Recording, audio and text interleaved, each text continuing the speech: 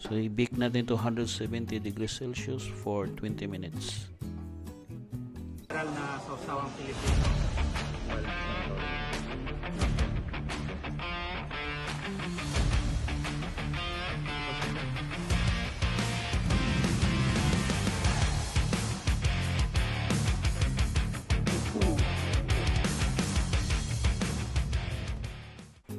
Hello mga cravers, luto po tayo ng tinapay na Filipino bread, tinatawag na bagong bayan. So i-try ko. Magtimbang ako ng sugar na 300 grams.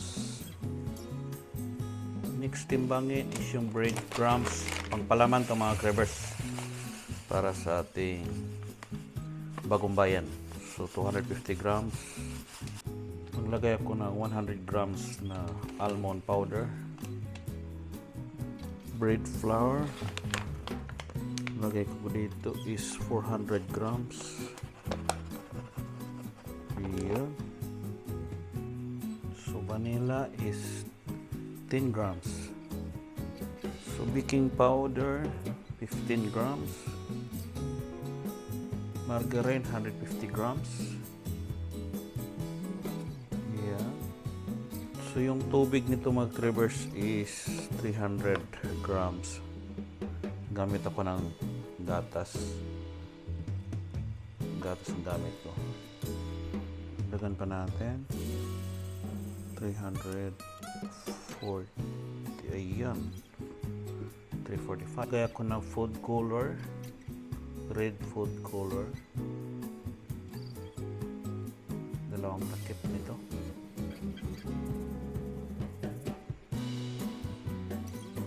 Galing na natin sa timbangan. So i-mix natin ito mga cravers. Gamitan natin ng kamay kasi nga i-hand mixer natin. Iyan, ganito na po yung itsura mga cravers sa ating palaman. Natin i-cling wrap to. Lagay sa ref. Naubusan ako ng food color na red. So okay lang yan. Balot natin ito mga cravers. And then lagay muna natin sa ating refrigerator. At next natin gagawin is yung cover ng tinapay natin, yung tinatawag na pabalat.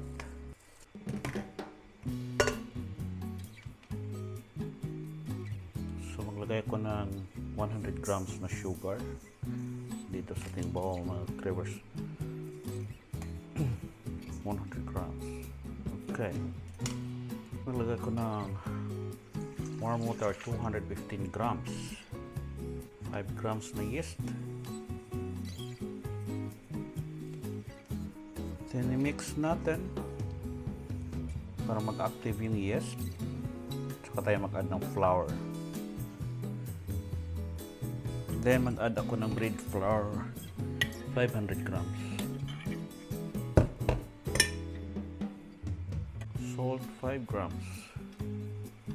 Yan. Nilagay ko ng lard. Ayun, haluin natin ito mga cravers. Kailangan natin gamitan ng kamay ito. Kamayin natin mga cravers para mamasa ng maayos yung ating dough.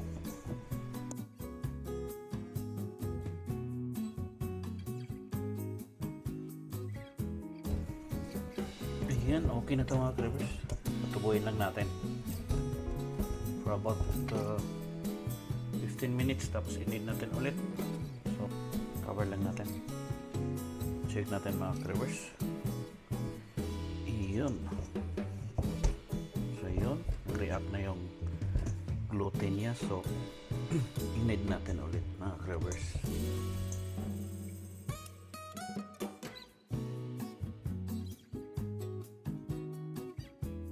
Timbangan natin itong dough. So 930 grams. So divide natin ng tatlo. Okay. Tubuin natin ulit for 15 minutes. Yan. Okay na to guys. So i-divide natin ito into 3. Linisin lang po natin to. Pahid lang kung lard.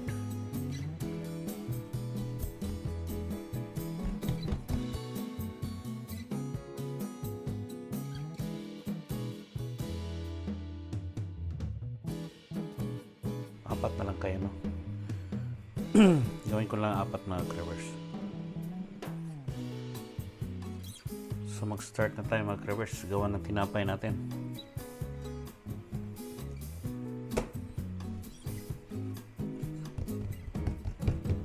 So ganito lang po yung mga cravers. Lapad lang natin dyan. Kaganyan. Saka natin ilagay yung palaman. Bago nyan, pahiran muna natin ng tubig para yung palaman natin nalikit siya. So ito na yung palaman natin mga cravers. Tapat lang natin dyan, dapat kapareho sila ng haba.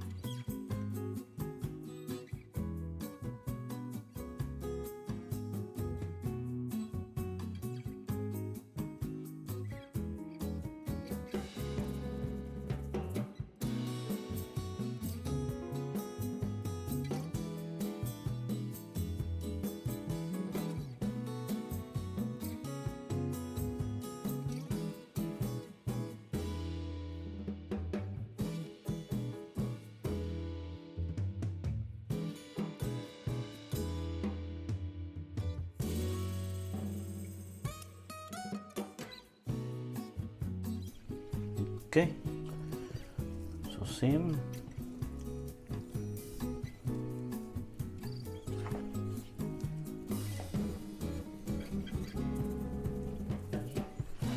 Push back.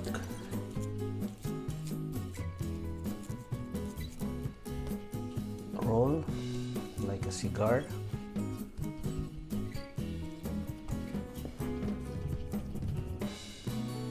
Sarado yung sa dulo. Yan. Nathatiin ko siya sa gitna.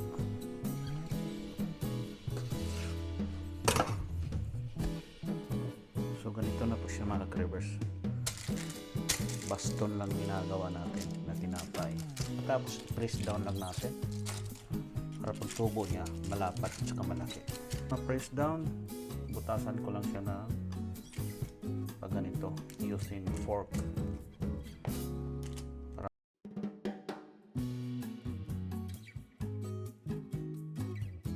So gawa tayo ng egg wash guys.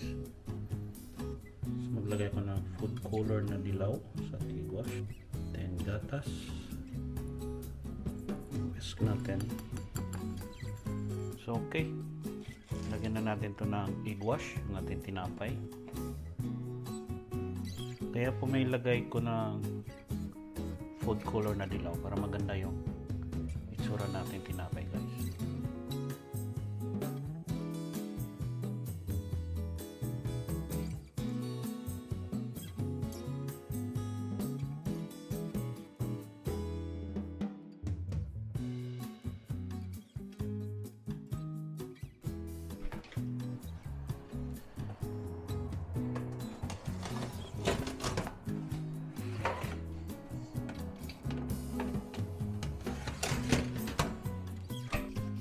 So i-bake natin to 170 degrees Celsius for 20 minutes. Ayun o. Luto na. Ilagay muna natin ito sa ibabaw. Ano to?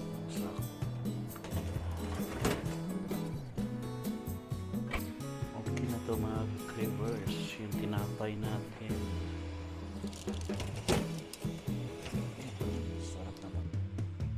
So okay mga cravers, malamig na to. Buha tayo.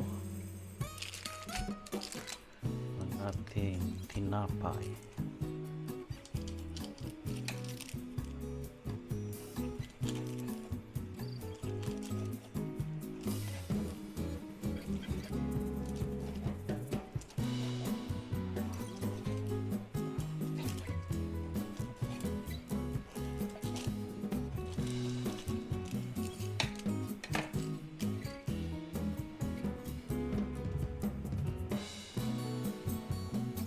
Tikman natin.